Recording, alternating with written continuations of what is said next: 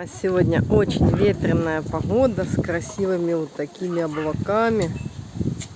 Собаки как-то чуть не сильно обрадовались этому ветру. Все тарахтит, их пугает, особенно стареньких.